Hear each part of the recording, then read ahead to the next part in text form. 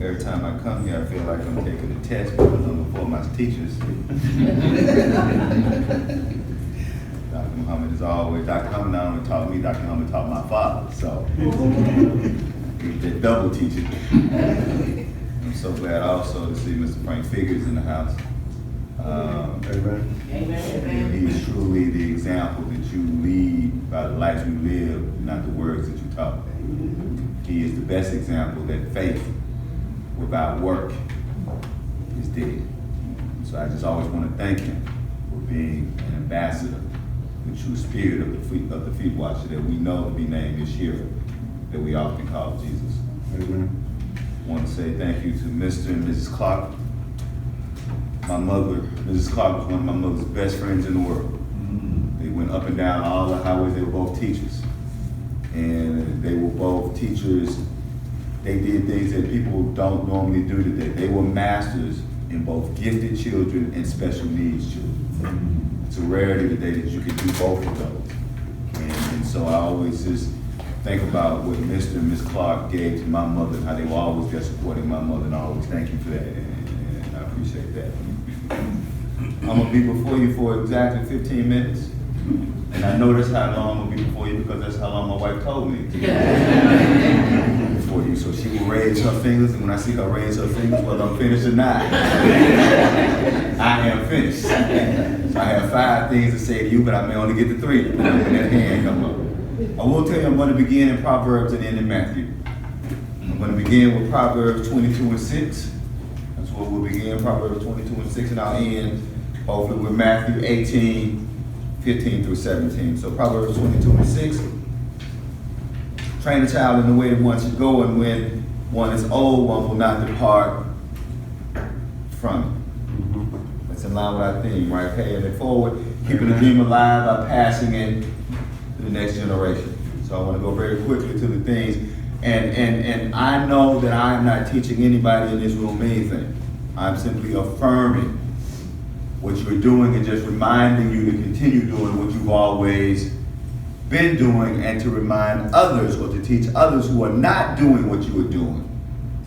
Sometimes we do good things and we don't know what those good things are, so we need somebody like me to come and tell you what those good things are that you're always doing, so you can tell others to do them. Number 1, you cannot, it says, Proverbs said, train a child. My English people know that the subject in that sentence is the understood you. You train your child, not somebody else train your child. And number one problem with our community is that we have turned over the training of our children to people who hate us. That's right. That's right. We've become the only people foolish enough to allow our oppressors to determine how our children should be educated. Say what you will for other people. Jewish people, their children are going to go to synagogue at school until a certain age. Because they do not expect the same people who incarcerated them, who killed them, to educate their children properly. So number 1, black people must control their children's education. Black people, not a racist governor, not a racist legislator, not a racist State Department of Education, should decide when, where, and how black children should be educated. We know the skills that our children need, therefore we should be determining what skills are given to our children. Our children do not see themselves in their curriculum because our curriculum is designed by somebody else. That's right. As a result, far too many African American children never realize their full potential. As Carter G. Woodson says in his seminal work, The Miseducation of the Negro, by the 11th grade, black children are taught to hate themselves and love everybody else. Because everybody else is seen present in their curriculum. So if you wonder why your children, when I say your children, because all of them are our children, why our children hate school, well, how would you feel if you went to school where every day you were told you were worthless and inhuman and did absolutely nothing? You would hate going there just as much as they would. Thus, a study in black history and black accomplishments should happen every day, not just in February. Amen. Every day a black child must learn something positive about themselves and about their history. Number two, we need a holistic education. The second thing we need holistic education. And the first step with a holistic education is knowing whether or not our children are being educated or whether they're being trained. That's right. See, what we need to understand that if you look at all histories of civilization, every civilization has always had two types of education. One type of education for the leaders, the 10% of the people, that they were educated, and another type of education for 90% of people who were trained to be followers. And the problem is that our children are not being educated to be leaders, they're being trained to be followers. Preach. Right. And as I tell my children when they come to Jackson State, how do you know if you're being properly educated if you have no definition of what a proper education is? That was an old country boy. As she said, Clarksville, Mississippi. You know, married to a very beautiful, very educated, very courageous woman. Yeah. That ain't why I married her.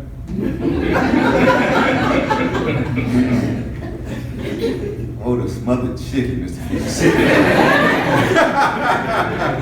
Oh, the peas and greens. All right, I hear you. Dr. Muhammad, the first time she cooked, I went and I saw on the counter and said, "Is that Cairo syrup?"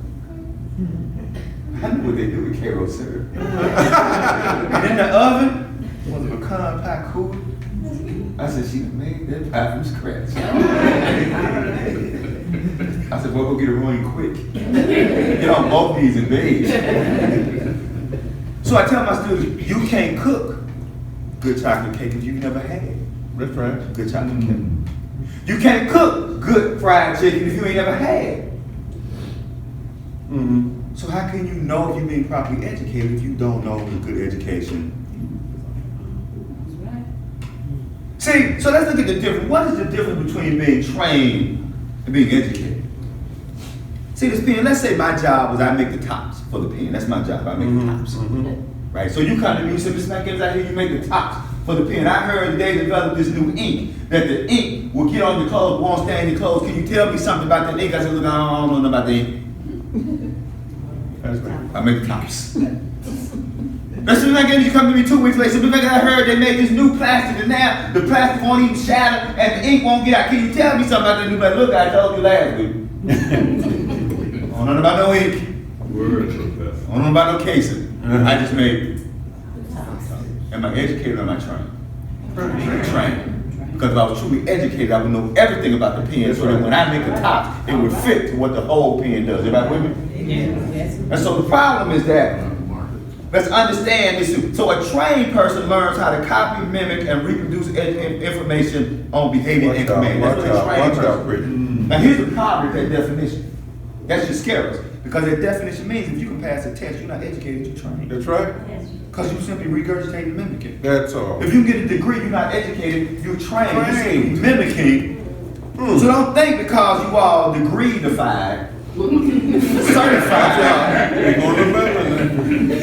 that you're educated. No, you're simply trained. So what does it mean to be educated? This is what we have to get for our children. An educated person develops the critical thinking skills to use information and material to improve oneself, one community, and the world. The difference between being trained and being educated is that education develops you into a critical thinker.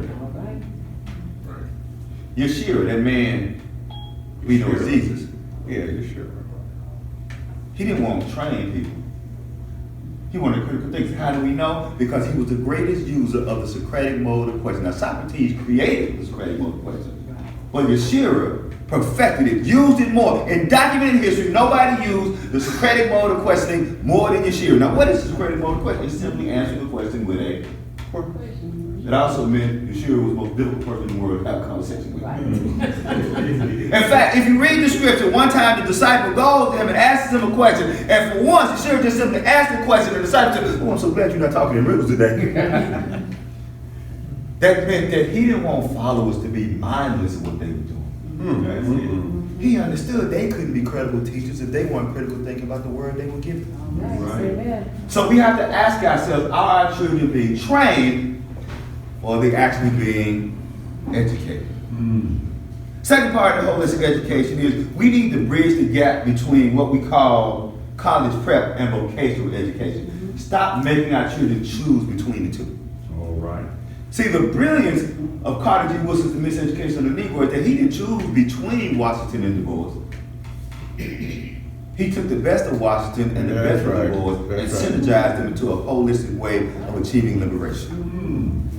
So a couple of things we need to do about teaching our children. Number one is we need to tell our children if you can't make or fix something, you won't be able to feed yourself.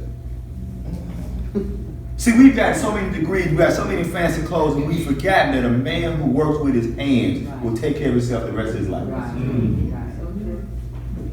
Second thing we need to do then is we need to reestablish the importance of farming. Everybody in this room knew somebody who grew something. See, the reason gang culture was so slow getting to the South was because when you could see something coming from the ground, not having money in your pocket doesn't make you a desperate. See, in New York, in Detroit, in Chicago, in LA, the reason their children became so desperate is because they needed money to eat.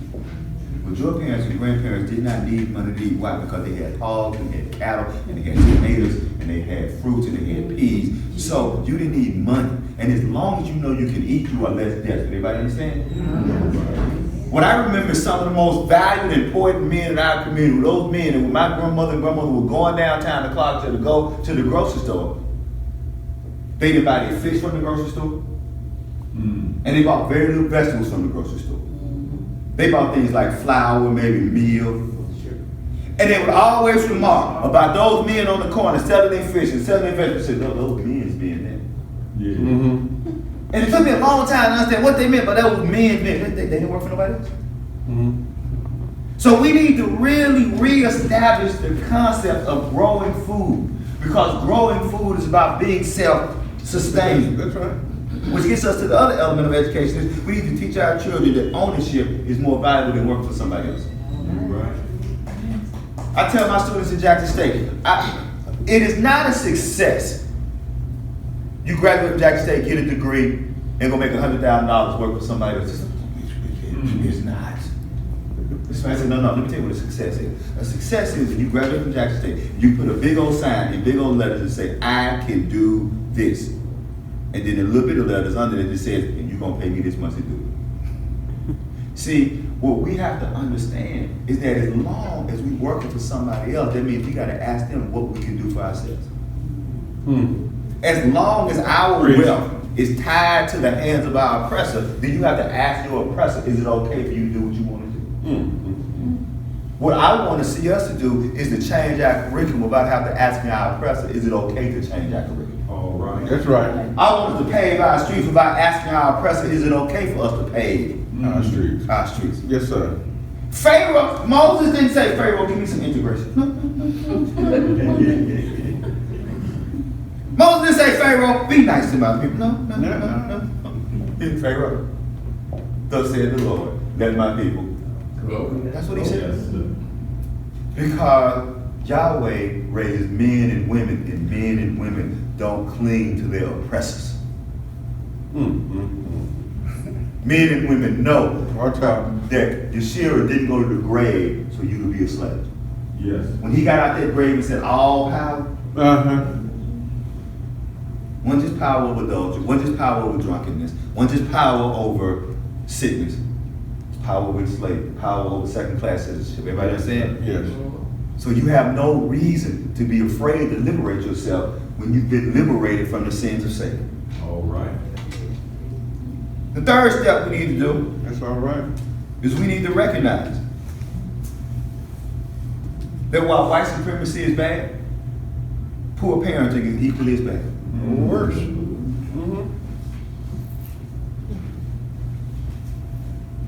So two things we need to do.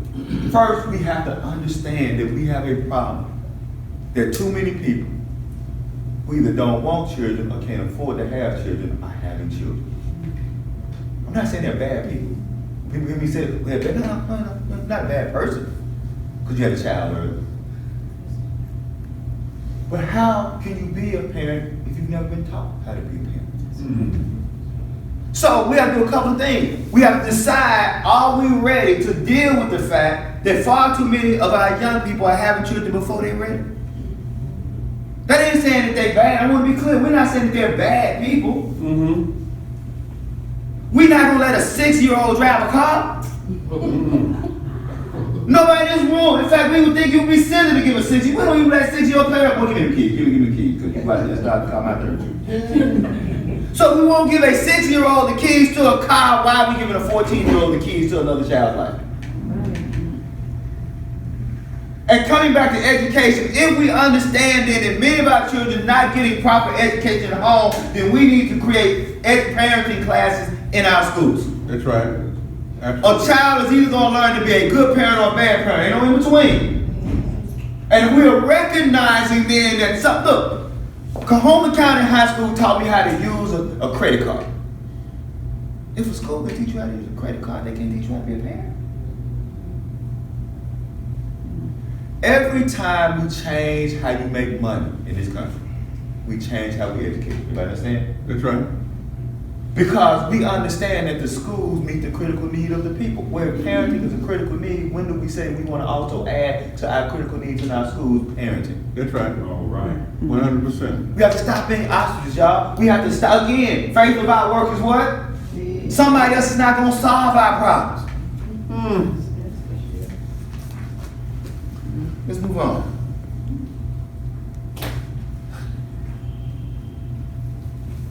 Next, we need to teach our children the difference between integration and desegregation. All right.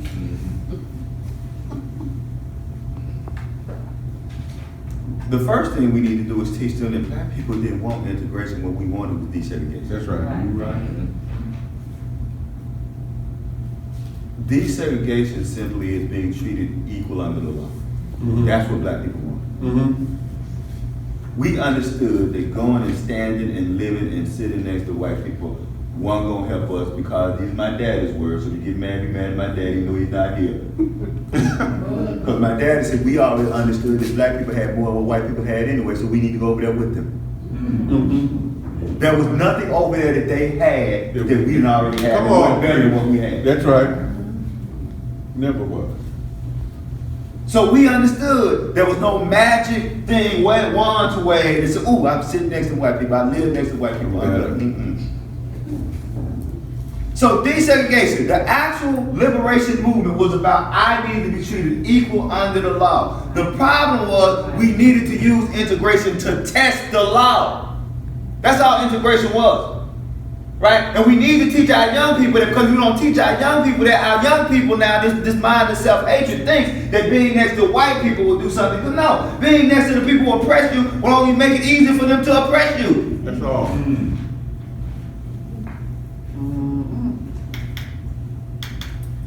So we need to understand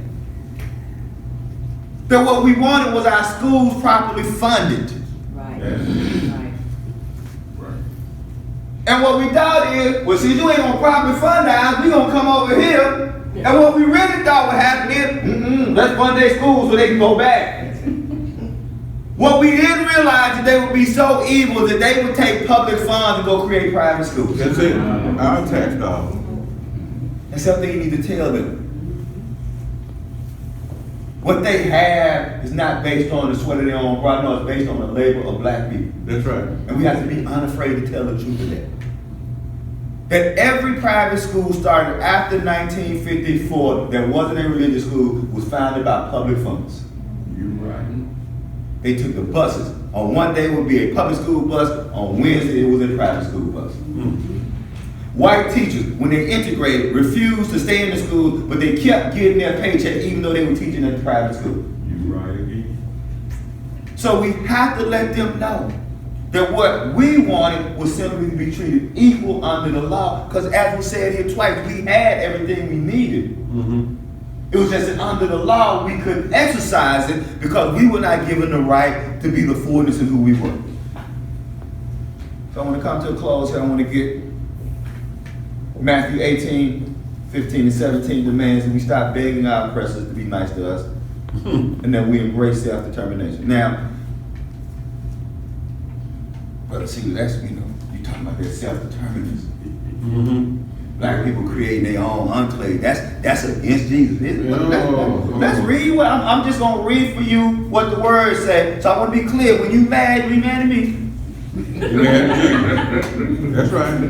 See, this is how I teach my students how to love the research paper. Could you imagine I got to go out and research, look at all this? No, you have to understand. The research paper is a great paper. You can write one. Because when somebody says, I disagree with you, no. You don't disagree with me. You disagree with who? You disagree with all this research. That's right. That's right. All these sources. That's right. So when you mad about what's in the paper, That's right. so what does Matthew 18, 15, and 7 says? If your brother sins, go and show him his fault in private. If he listens to you, you have warned your brother. But if he does not listen to you, take one or two more with you, so that by the mouth of 2 or 3 witnesses, every fact may be confirmed. If he refuses to listen to them, then tell it to the church. And if he refuses to listen to the church, then let him be to you as a Gentile is to the tax collector.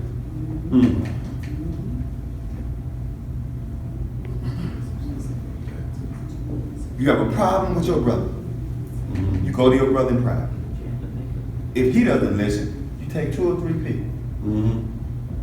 If he doesn't listen to him, you take him to the church.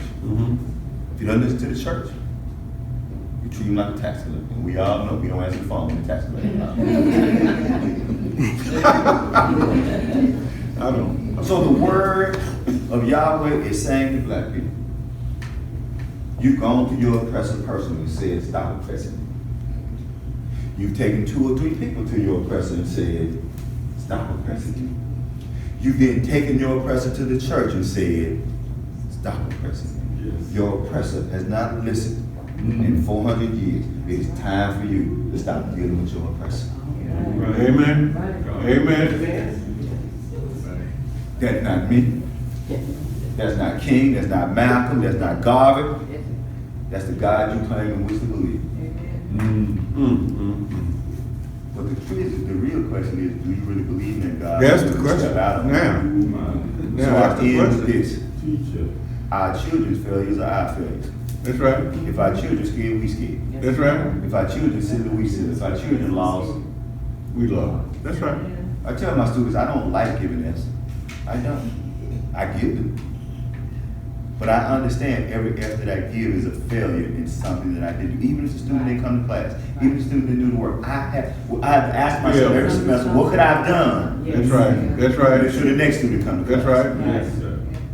Until we recognize that our children's failure is our failure, then we will never be doing the work of Christ. Thank y'all for listening. Amen.